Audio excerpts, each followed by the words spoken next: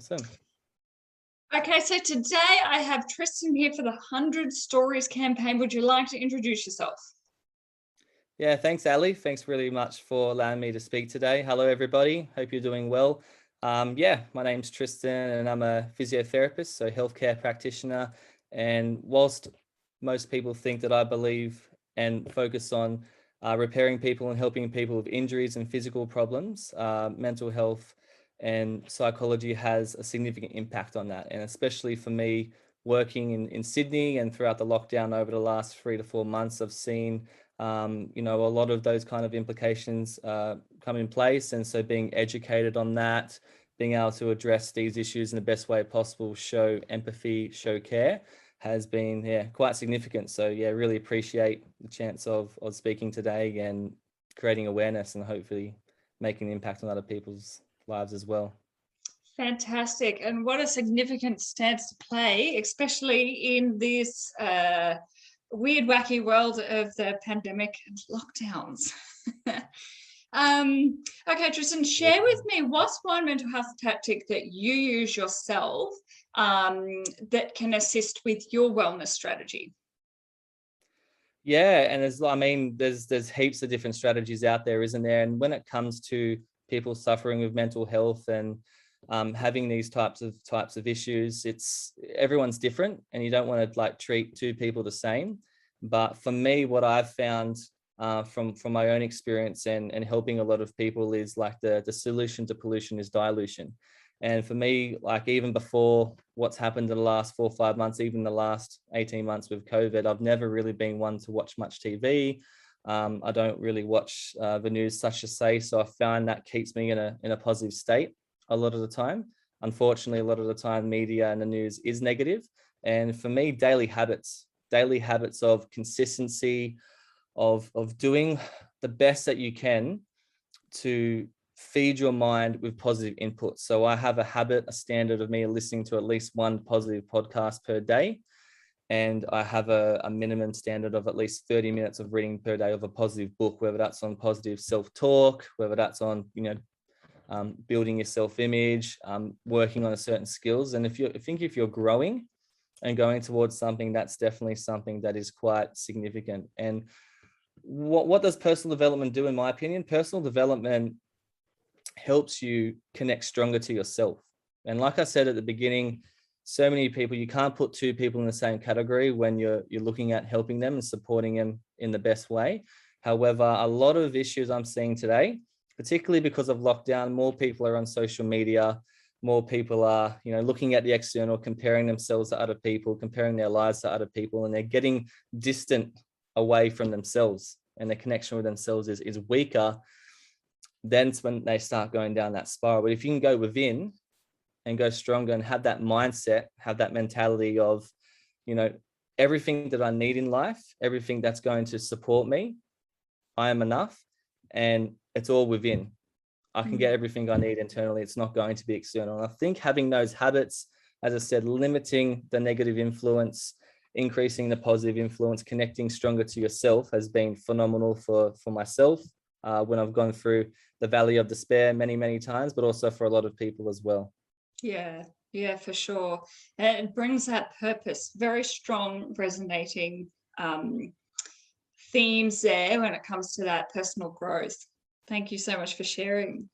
Now, the next question is about a message of hope. And the reality is, in our field, for example, we are working with a lot of schools, and it's hard to hear that some of these teachers have been coming to us pretty desperate because there's this sunken feeling of a level of hopelessness going on with a lot of young people right now, and generally increased anxiety when it comes to this COVID world and uncertainty for a future. So I want to be able to spread a message of hope. So for those that may be in the eye of the storm right now and caught up in all of this mess of whatever's going on for them, what do you think is something that you can share with them that's a message of hope that they may need to hear right now? Yeah, absolutely. And the biggest message of hope I can give people is you are enough.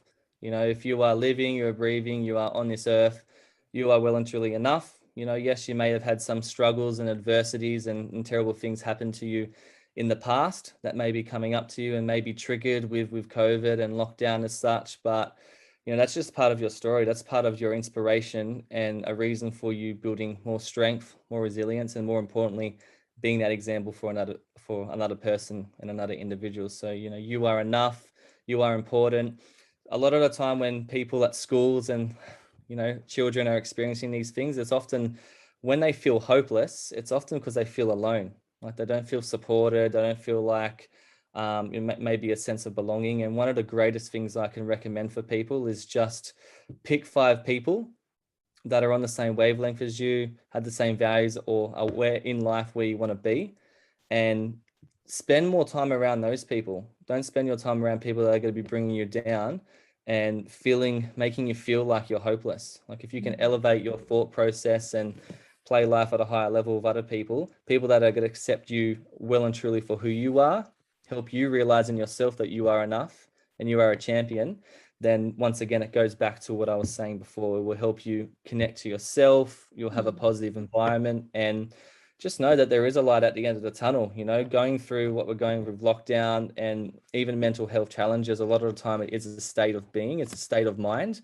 But just like, you know, clouds in the sky on a rainy day, we know that it will pass. It doesn't feel like it will pass at the time when you're going through that valley, but it will. And so having those strategies in place is important, but most important thing at the end of the day is knowing that, you know, you are enough, and start with there. Don't try and get there, start with there.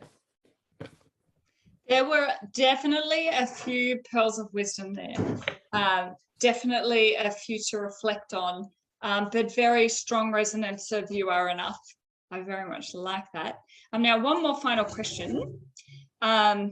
Okay, so I spoke to you a little bit about this before. This campaign is actually a suicide prevention campaign, and some people come to us with experience, or either themselves or people in their network. Do you have any insight that you can share with those that are hearing this video today of messages that people may need to hear in time of need?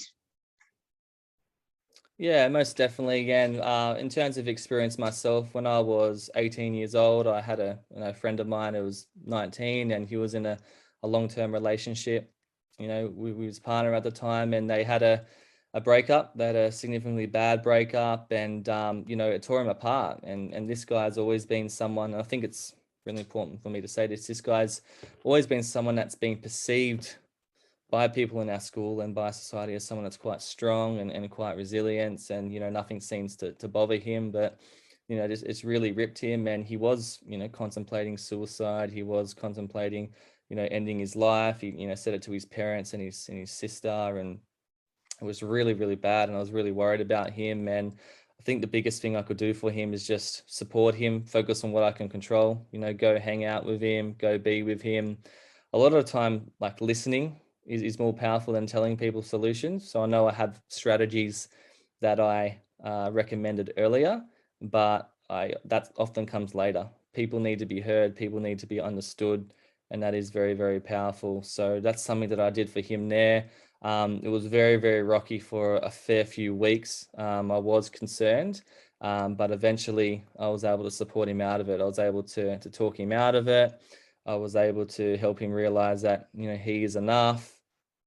You know, once again, I don't know how I thought like this when I was 18, but I already knew the importance of, you know, finding it within, not needing something external, because that's what he did, right? He believed that his worthiness, and anything good about him was in the other person that he was in a relationship with. He didn't have that feeling like it was within, but we had to eventually show compassion and strengthen that. So if you can support people and be there for them and know that they are supported, I think that's one of the greatest things that you can do within your control to best help people and, you know, stop suicide from happening. That would be the best recommendation. Absolutely. In the suicide prevention sector, certainly they do encourage listen empathetically, really connect with people. You know, the importance of having the right person to talk to or finding that trustworthy person that they can share what's going on is so critical, because it can save lives. You know, there's going to be, I think you mentioned it before as one of your other answers, is different things are going to, you know, relate to or benefit one individual and maybe different to another individual, you know, so you never really know one straightforward pathway, but being open to be brave enough to have that conversation and being there to be able to support them, yes, through active listening, and being there if there are other resources you can kind of like share to build that tactic, you can certainly help support some people bringing them around. So really, really appreciate your thoughts and feedbacks and your input there, because sometimes people do need to hear these things to build their own courage, to let them know that they too can be support for others in their network. So look, it's been invaluable speaking to you today. Any further questions, queries, or comments you would like to leave? Yeah, I think one thing just to add to that is, like I said about my friend, like sometimes it's not always the people that you think are the people going through tough times, and you can never really judge a book by its cover. So that's why it's so key to just, you know, surround yourself with really positive people as much as you can to keep yourself up. You know, keep those positive habits, keep putting that positive in as best as possible. But also, once you're able to fill yourself up and strengthen yourself, then that allows you to be that support, you know, be that person for other people and help them. And the more you become that leader, become that shining light, usually after your struggles, because that's how you become stronger, right? It's sometimes the toughest things that are happening to us right now, like we feel like it's going to be like that forever, is actually paving the way for our strength and our conviction in the future, so that you can then help other people. So it's always looking at, you know, the glass half full sometimes rather than half empty. And your greatest struggle is your greatest victory.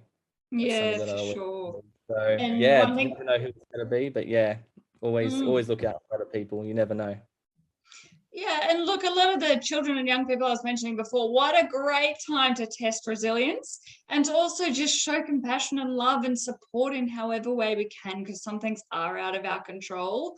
And what I really liked and resonated with what you shared there, which is part of what we try and impart as some tools for people as well, is yeah, sometimes it is hard finding the right person for that support, who could be that support. And you as an individual really do need to know, you know, am I the right person to take this on? Do I actually have these skills?